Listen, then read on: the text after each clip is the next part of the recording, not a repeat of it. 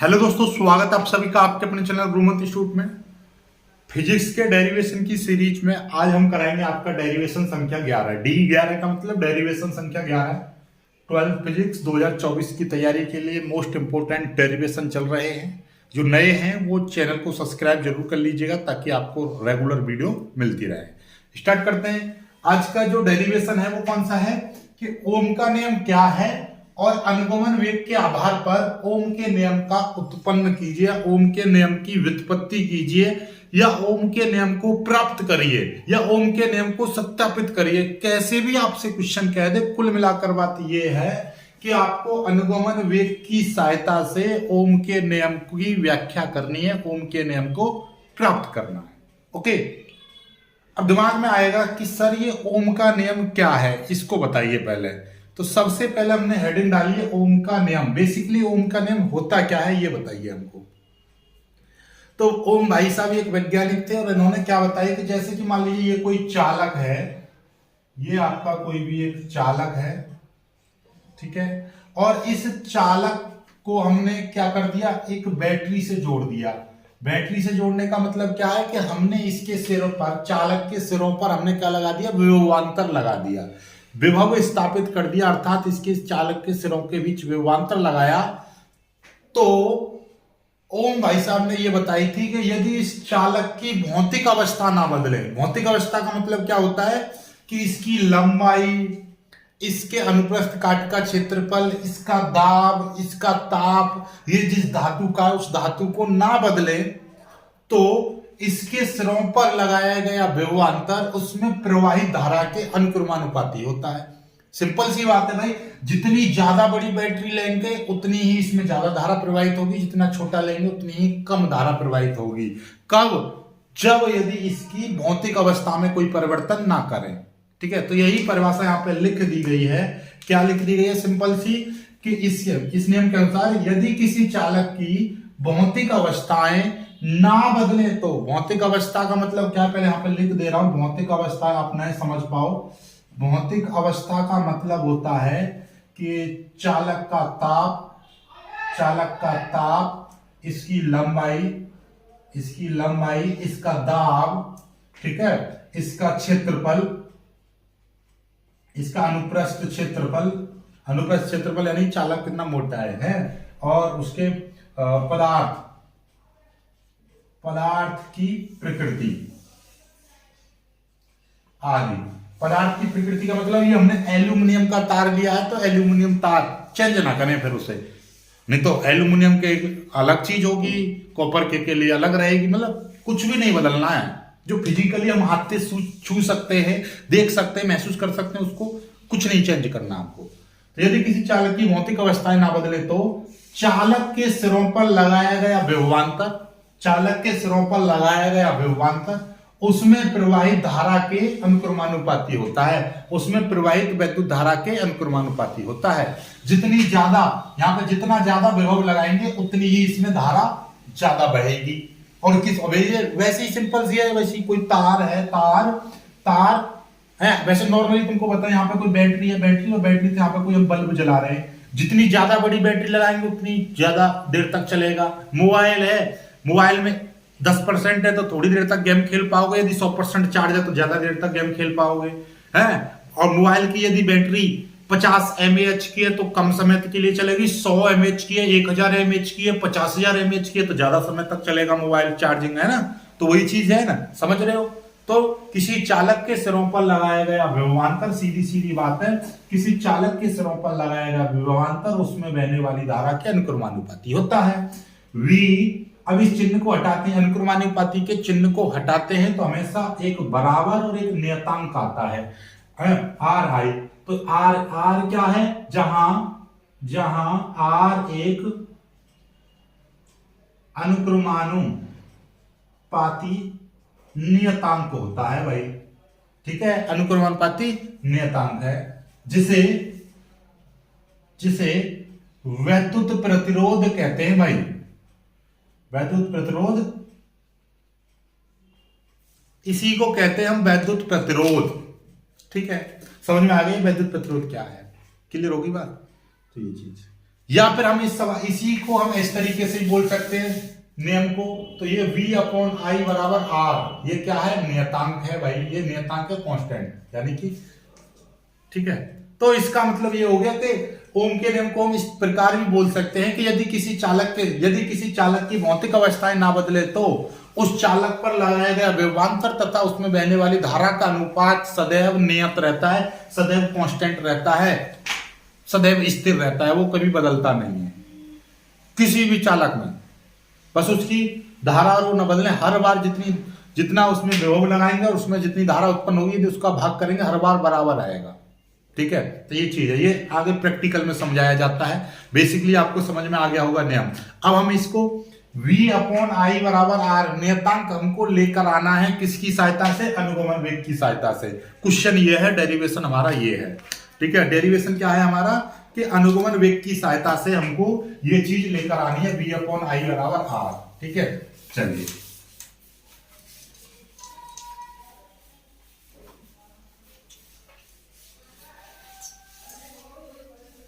अब हम हेडिंग डालेंगे, क्या डालेंगे, अनुगमन वेग के आधार पर ओम के नियम की प्राप्ति।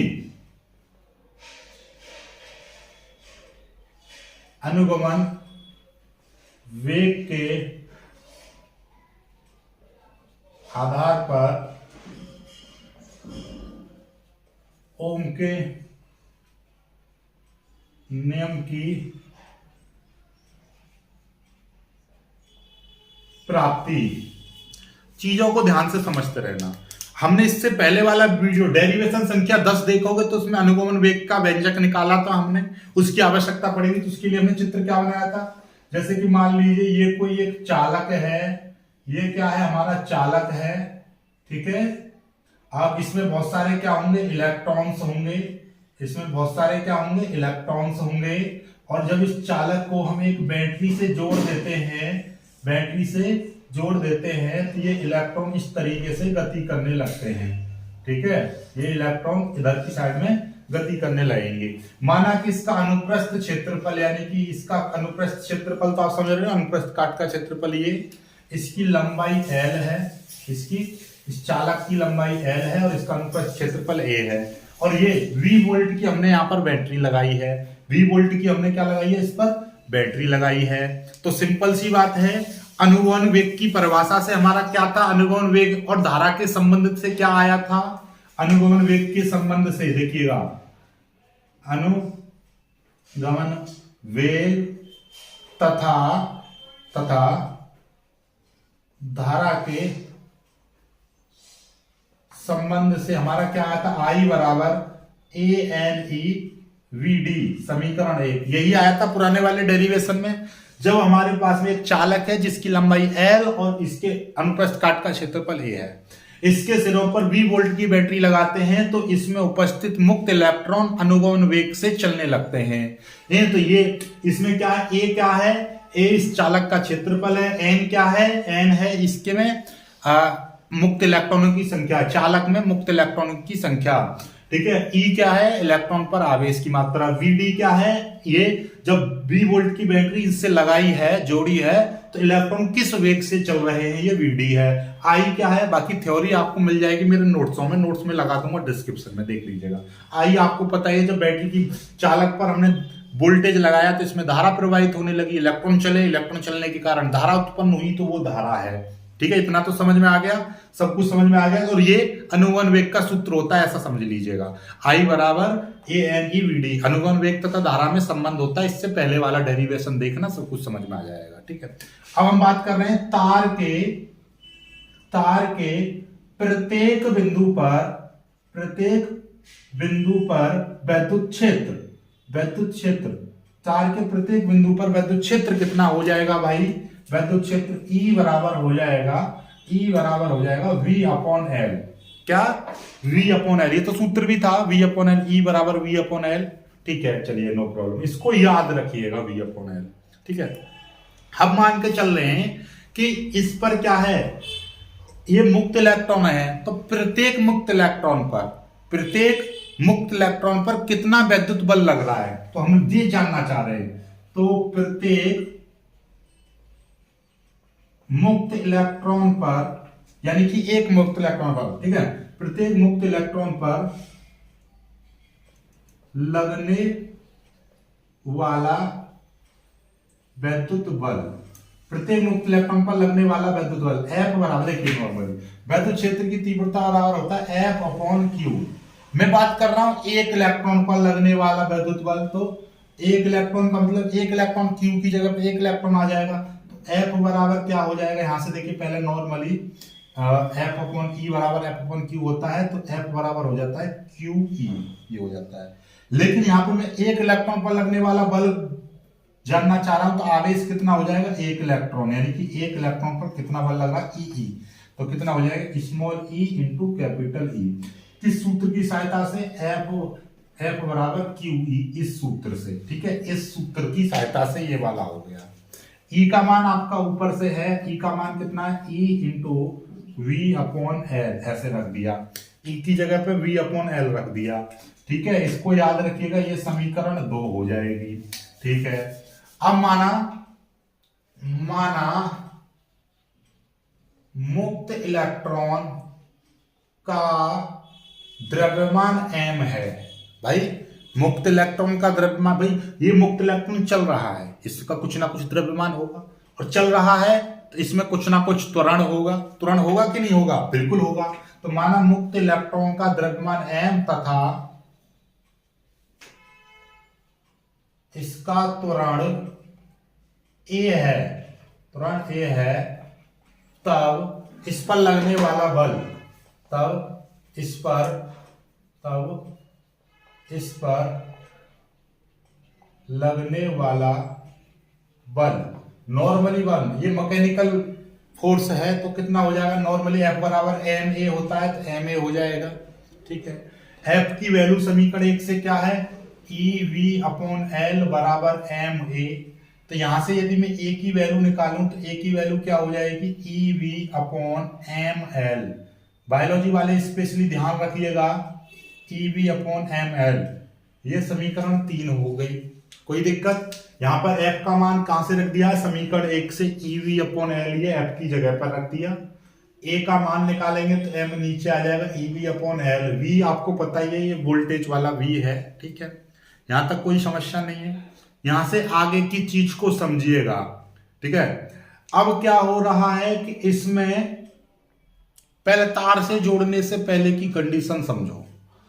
तार से जोड़ने से यानी कि इसको बैटरी लगाने से पहले की कंडीशन ये थी कि इसमें जो मुक्त इलेक्ट्रॉन थे वो आपस में क्या कर रहे थे, एक दूसरे से अनियमित गति कर रहे थे।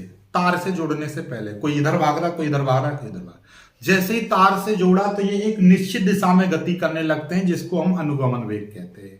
तो जब इनका पहले नॉर्मली कुछ वेग रहा होगा, मैं मान के चल रहा हूं, देखिए पहले तो त्वरण समझिए, त्वरण क्या है कि त्वरण होता है, त्वरण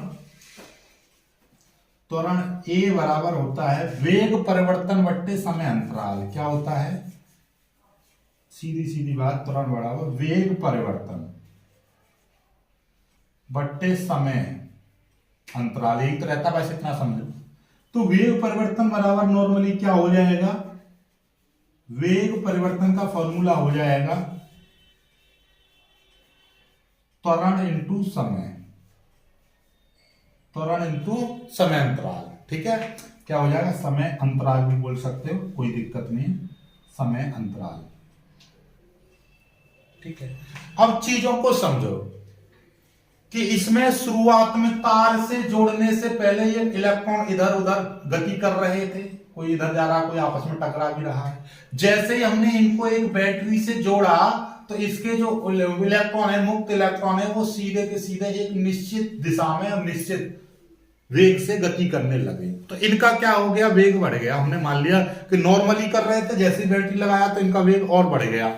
तो वो कितना, वेग में कितना परिवर्तन, कुछ तो परिवर्तन हुआ होगा, तो वो परिवर्तन कितना हुआ, वेग में परिवर्तन हुआ कि इनका त्वरण हमने माना है A माना है, त्वरण A माना है A इंटू और समय अंतराल। आपको पता है कि जब इलेक्ट्रॉन, मुक्त इलेक्ट्रॉन आपस में चलते रहते हैं, टकराते रहते हैं, गति करते रहते हैं, हम उसको क्या बोलते हैं? श्रांति काल बोलते हैं, नहीं बोलते? जब मुक्त इलेक्ट्रॉन आपस में गति करते हैं, दो क्रमागत टक्करों के बीच में लगा समय कितना होता है? श्रांति काल होता है। तो हम उस समय को क्या मानेंगे? टॉ मानेंगे। तो इनके वेग में मान लीजिए तार से जोड़ने से पहले इनका जो वेग था वो कहलाएगा ऊष्मीय वेग। क्या कहलाएगा?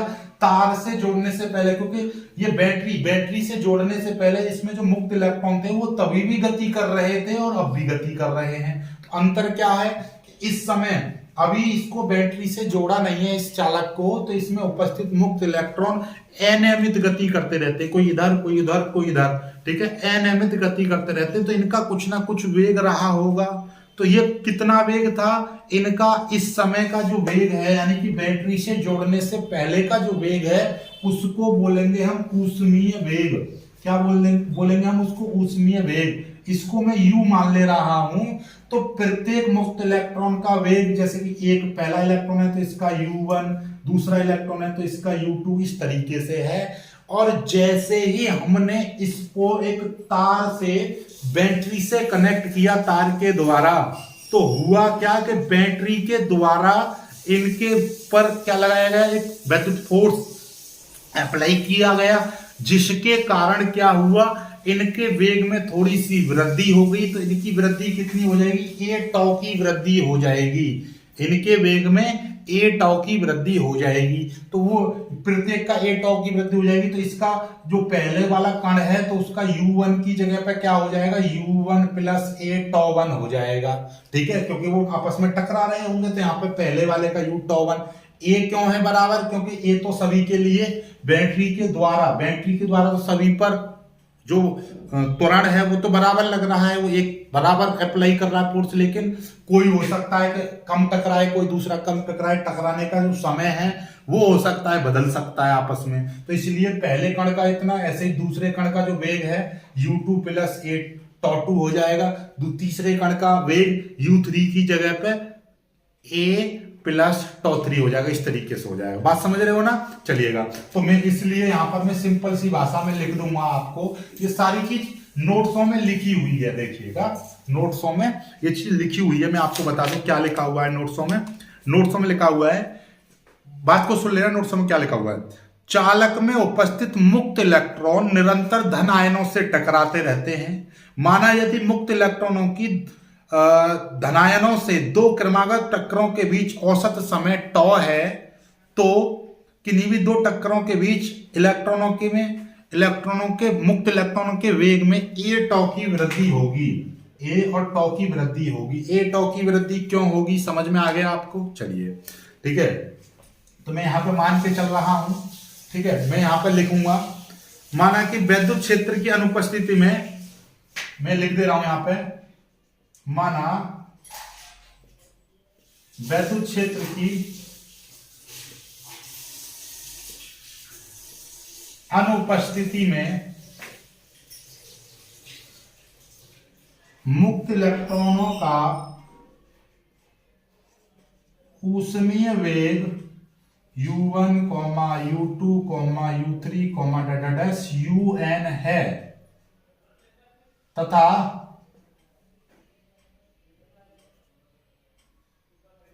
यूरोन है। बस इतना लिख दीजिए, इतना है, ठीक है। जब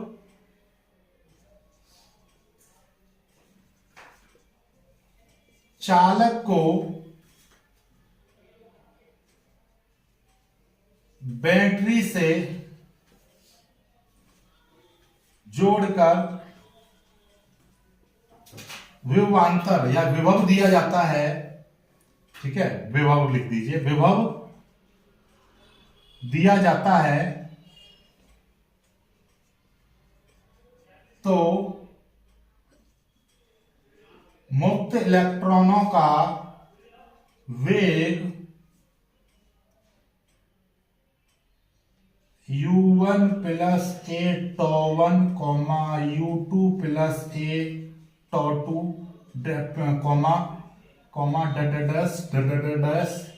UN plus a tau n हो जाता है। क्या हो गया? इनका वेग बढ़ गया। कब बढ़ गया? अब आप कहेंगे सर ये ए टॉ क्यों बढ़ा? उसके लिए मैंने पूरी रामायण आपको समझा दी। अब इतनी थ्योरी मैंने लिख दीजिए जितनी मेरे को आवश्यकता है। ठीक है, ए टॉ, ए इंटू टॉ, इतनी वृद्धि हुई है। तो पहले मुक्त इलेक्ट्रॉन का वेग u1 था मान लीजिए अनुपस्थिति में, यानी कि अभी इसको बैटरी से नहीं जोड़ा, तब इसमें जो मुक्त इलेक्ट्रॉन थे पहला दूसरा तीसरा, तो इनका जो वेग था वो हमने उसमें वेग होगा, और वो u1 u2 u3 इतना। जैसे ही बैटरी से जोड़ दिया तो इनका वेग बढ़ गया। कितना बढ़ा? ए टॉ, यानी पहले का ए टॉ वन। ए में A1 A2 क्यों नहीं लगाया? क्योंकि ये तो एक बैटरी सिर्फ एक ही लगाई है सभी के लिए, तो उनके टकराने का समय अलग अलग भले ही हो जाए, लेकिन जो हम एक गाड़ी में धक्का जितना लगाएंगे तो उसमें बैठे हुए यात्री गाड़ी वो उतने ही वेग से चलेंगे। ठीक है, समझ में आ गई बात? अब हम निकालेंगे ये इनका क्या हो जाएगा। तो अब मुक्त इलेक्ट्रॉनों का हम क्या निकाल रहे हैं? औसत वेग। अब ये मुक्त इलेक्ट्रॉनों का ये वेग है, क्या है? मुक्त इलेक्ट्रॉनों का वेग बढ़ गया, ये मुक्त इलेक्ट्रॉनों का वेग इतना हो जाता है। और आप जानते हो और अनुगमन वेग क्या होता है? मुक्त इलेक्ट्रॉनों के औसत वेग को ही हम अनुगमन वेग कहते हैं। अनुगमन वेग इससे पहले वाले डेरिवेशन में हमने समझाया था। मुक्त इलेक्ट्रॉन के अनुगमन वेग क्या होता है? मुक्त इलेक्ट्रॉनों का जो वेग होता है उसके औसत मान को ही हम क्या कहते हैं? अनुगमन वेग कहते हैं। तो अनुगमन वेग क्या हो जाएगा? यहां पर लिख दीजिए, चूंकि मुक्त इलेक्ट्रॉन के औसत वेग को अनुगमन वेग कहते हैं, इसलिए अनुगमन वेग यानी कि Vd बराबर क्या हो जाएगा? इनका हम औसत वेग निकाल लेंगे इन्हीं सभी का। तो ये क्या हो जाएगा? u1 प्लस ए टॉ वन, इस तरीके से प्लस u2 प्लस ए टॉ टू प्लस डैश ऐसे un प्लस ए टॉ n, और नीचे n का भाग कर देंगे। भाई इसमें n मुक्त इलेक्ट्रॉन थे, तो पहले मुक्त इलेक्ट्रॉन का वेग, दूसरे का, तीसरे का, इसी तरीके से जितने भी n मुक्त इलेक्ट्रॉन थे सभी का औसत वेग जोड़ दिया और n का भाग कर दिया, तो मुक्त इलेक्ट्रॉनों का औसत वेग निकल आया इस तरीके से।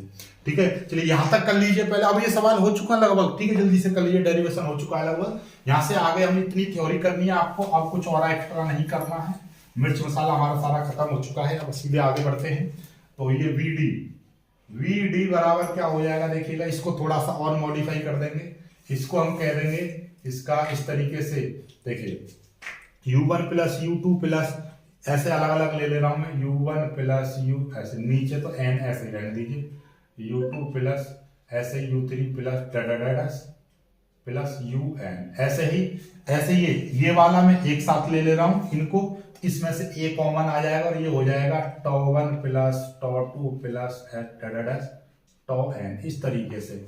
इनमें से मैंने ए कॉमन ले लिया, u1 वाला एक तरफ ले लिया। ठीक है, ये अब इसको मैं अलग अलग कर दूंगा, तो ये कितना हो जाएगा? u1 plus u2 plus dash un upon n, फिर प्लस ये आपका बाहर आ जाएगा टॉ वन प्लस टॉ टू प्लस डैश टॉ n बट्टे ये n मैंने अलग अलग कर दिया इन पर। ये क्या है? u1 plus u2 plus u3 क्या थे? ये ऊष्मीय वेग था, और ये ऊष्मीय वेग का औसत मान सदैव 0 रहता है। किसी भी चालक में उपस्थित मुक्त इलेक्ट्रॉनों का जो ऊष्मीय वेग होता है उनका औसत मान 0 होता है।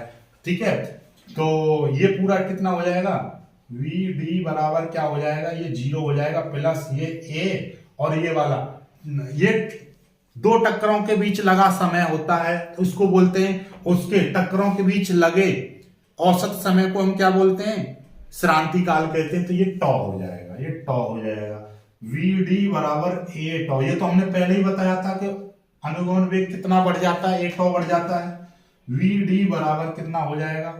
ए का मान रख देंगे। ए का मान कितना आया था? यहां से समीकरण 3 जो थी, समीकरण 3 थी, तो उसका मान कितना आया था? ए का मान आपका आया था ईवी अपॉन ml। ये यहां पर देख लीजिए, वीडियो को पीछे करोगे तो समीकरण 3 का मान यहां पे लिख रहा था ए बराबर, ठीक है, इनटू ये हो जाएगा टॉ, तो वी डी का मान कितना आ जाएगा, ई वी टॉ अपॉन एम एल, ये आ जाएगा। ये आपका समीकरण क्या बन गया, ये आपका जो भी है समीकरण 4 मान लीजिए, उसको समीकरण 3 कह देना। यहाँ पे जो ए बराबर जो आया था E V upon M L जो था, इसको समीकरण 3 कह देना, ये समीकरण 4 हो गई। ठीक है, याद रखिए ए का मान जो आया था उसको समीकरण 3 कह देना। ठीक है, समीकरण 1 2 तो यहीं तो बन गई थी, तीसरी वो जो चौथी आ गई। अब ये वी डी का मान किस में रखेंगे, समीकरण 1 में रख देंगे यहाँ पर। ठीक है, तो इसको यहां से मिटा दे रहा हूं। ठीक है, वीडी का मान समीकरण 1 में रखने पर, समीकरण 1 है आई बराबर ए एन ई और वीडी का मान क्या है, ई वी टॉ अपॉन एम एल। तो आई बराबर क्या हो जाएगा, आई बराबर हो जाएगा आपका A N E square we toe upon M L, ये आ जाएगा। ठीक है, समझ में आई बात, नहीं आई? और हमारा देखिएगा ये सारी चीजें आई को इधर पहुंचा दो, इस पूरी चीज को इधर ले आओ। हमको क्या है, हमको v बराबर आई आर ये लेकर आना है, v बराबर आई आर लेकर आना है, या v अपॉन आई बराबर आर लेकर आना है, v अपॉन आई बराबर आर। तो हम क्या करेंगे देखिएगा, आप सिंपल सी भाषा में समझो, इस v को नीचे ले आ रहा हूं इसके, तो ये कितना हो जाएगा देखिएगा, ये तो हो गया काम खत्म, यहीं से हो गया। देखिएगा क्या आ गया, ये यहां से ये i अपॉन v बराबर क्या हो जाएगा, A N E square toe upon M L हो जाएगा। इसको मैं v अपॉन आई बराबर करूंगा तो ये उल्टा हो जाएगा, m upon A N E square upon टॉ। यही चीज आपकी क्या है, नियतांक है, यही चीज नियतांक होती है, इसी को हम r बोल देंगे, इसी को हम v अपॉन आई बराबर r लिख देंगे। यही ओम का नियम होता है। और यहां से लिख दीजिएगा, यहां पे लिख दीजिएगा, जहां r बराबर